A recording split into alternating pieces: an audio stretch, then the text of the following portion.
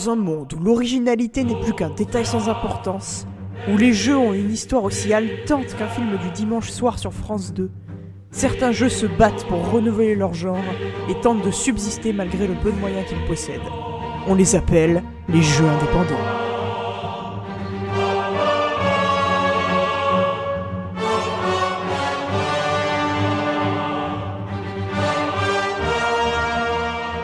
Depuis plusieurs décennies que le jeu vidéo existe, les gamers ont eu droit à un panel de jeux vidéo gigantesque. Malheureusement, les jeux à gros budget qui sortent aujourd'hui ne satisfont plus, avec leurs IA partis à la pêche au thon. Et surtout, préparez-vous à manger du réchauffé jusqu'à l'overdose. On n'a qu'à parler du Call of Duty. Toujours le même jeu avec une amélioration des graphismes. Mais bon, ça va, c'est pardonnable, parce que l'histoire est vraiment palpitante. Non, je déconne. Ils n'osent même pas citer des vrais pays arabes. Par contre, ils osent citer des pays comme la Russie ou les États-Unis. Des fois, ils ne font même pas d'histoire. Parce que, faut les comprendre, ça marche moins. Où est passée la narration, le suspense et les trahisons qui font vivre un jeu ? J'ai l'impression qu'ils visent un public qui n'est même plus capable de distinguer de la nuance dans les personnages.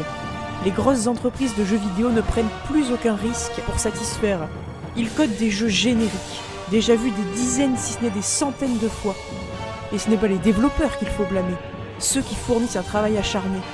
Non, ce sont ceux qui décident d'un point de vue marketing dénué de passion, de produire un énième Call of Duty, un jeu de tir à la première personne sans innovation, un Battle Royale parce que ça marche. Dans un temps comme ça, il faut se rabattre sur les jeux indépendants. Les développeurs travaillent nuit et jour et fournissent des efforts acharnés et sans attente mercantile. Ils produisent un jeu qui peut même leur faire perdre de l'argent. Et c'est pourquoi j'ai décidé de vous présenter les 3 jeux originaux à faire en 2020.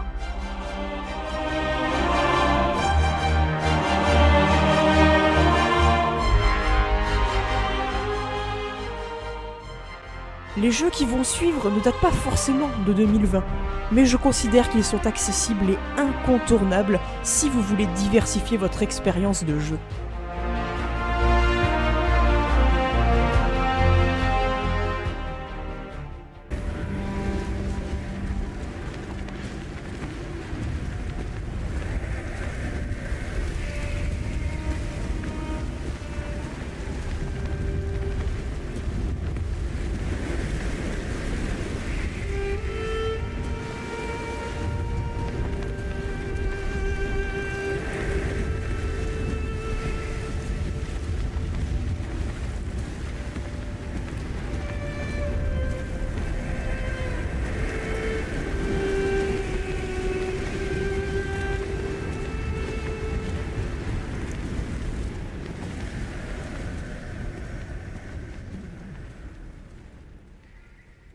Ah, Sundered, ce jeu de plateforme innovant où vous incarnez Ash dans un monde dévasté par les humains.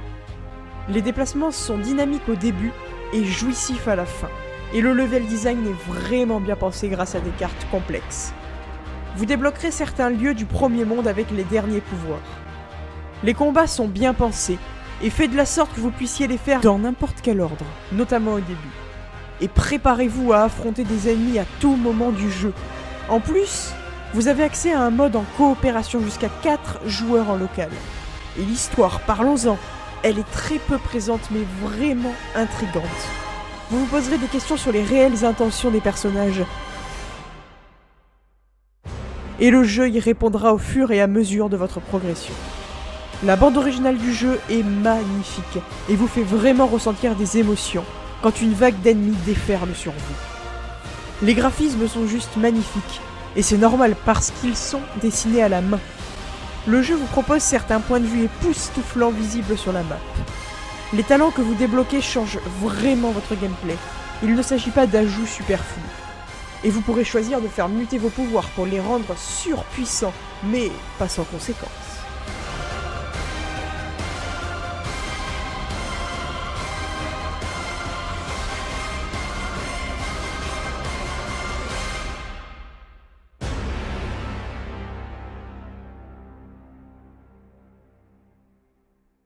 Ah, où commencer?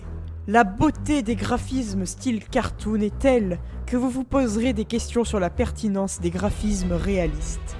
Chaque île est unique, et l'aspect Tower Defense avec les vagues d'ennemis est vraiment bien pensé. Et avis à tous les joueurs de Fortnite qui me regardent, vous avez la possibilité de retirer le sang pour ne pas être choqué. Vos unités vont vraiment évoluer en parallèle de la difficulté qui devient insurmontable à certains moments. Et l'aspect de placement de troupes est super important pour décrocher la victoire. Alors oui, il n'est pas parfait. Il n'y a que 3 types de troupes que vous pourrez améliorer, mais elles sont tellement bien pensées qu'à aucun moment vous n'envisagerez d'aller voir ailleurs.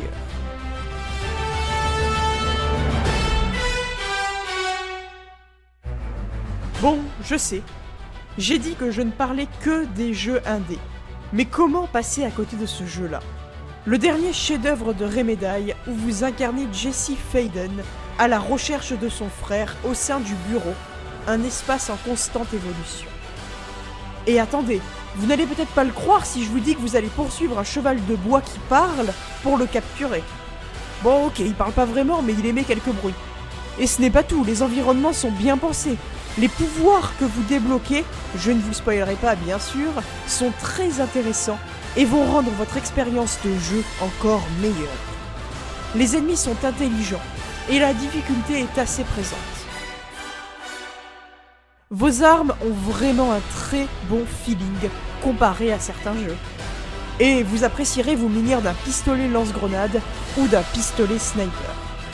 Alors, me direz-vous, qu'est-ce qui rend ce jeu unique ? Eh bien, déjà les graphismes. C'est une claque monumentale. Jouer en ray tracing sur ce jeu est vraiment époustouflant.